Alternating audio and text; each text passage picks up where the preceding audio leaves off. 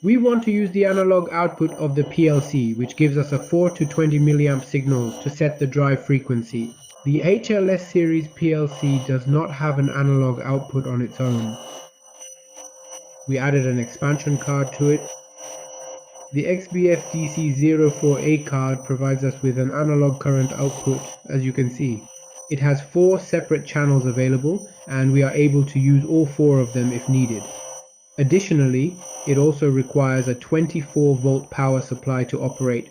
To set up the card, in this example, we specifically use channel 0 of the output card, which is one of the 4 available channels.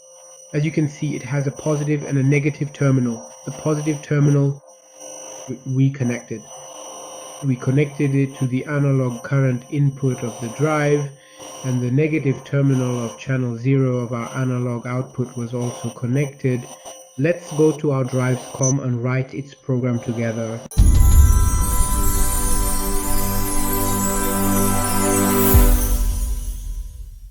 In the previous tutorial, we learned how to configure the analog output card.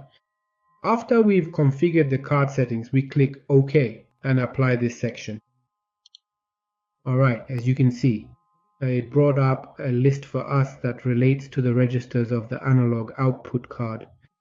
We check select all here and confirm it. These registers are placed inside the global variables and we can use them in programming. A very important point to keep in mind is that unlike analog input cards, analog output cards must have the out enable function activated. For any channel that we want to use, it is necessary to activate this feature, and to do this, we have to use a coil in the configuration. Alright, here I am bringing in a coil, which will allow us to enable the output for the specific channel we are interested in. As we mentioned, the registers are placed in the global variables.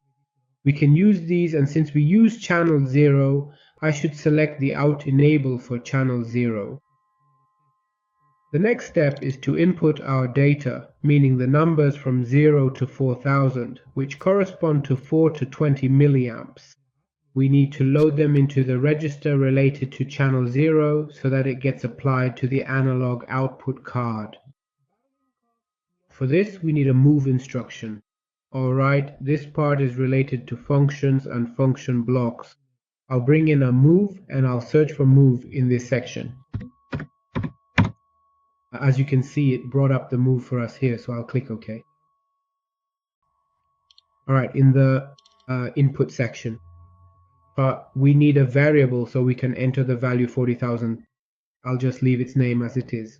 Then I'll click OK, and after that I'll select its data type as integer. In the output section, since we use channel 0, we need to select channel 0 data. Alright, now our program is ready. Now I'll connect to the PLC. And now I'll upload the program to the PLC.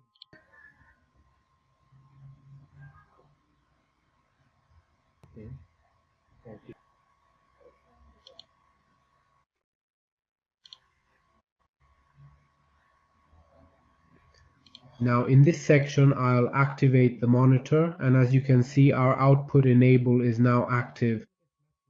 We can set this section to unsigned decimal. We can enter a value from 0 to 4000 here. Alright, first I'll enter the value 4000.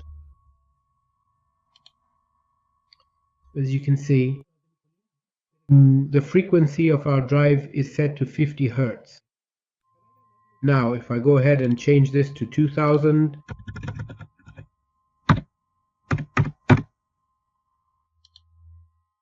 again, as you can see, the frequency of our drive is now adjusted to 25 Hz. And if I set our input value, which is the command signal, to 0, as you can see, the frequency dropped to 0 and our motor stopped.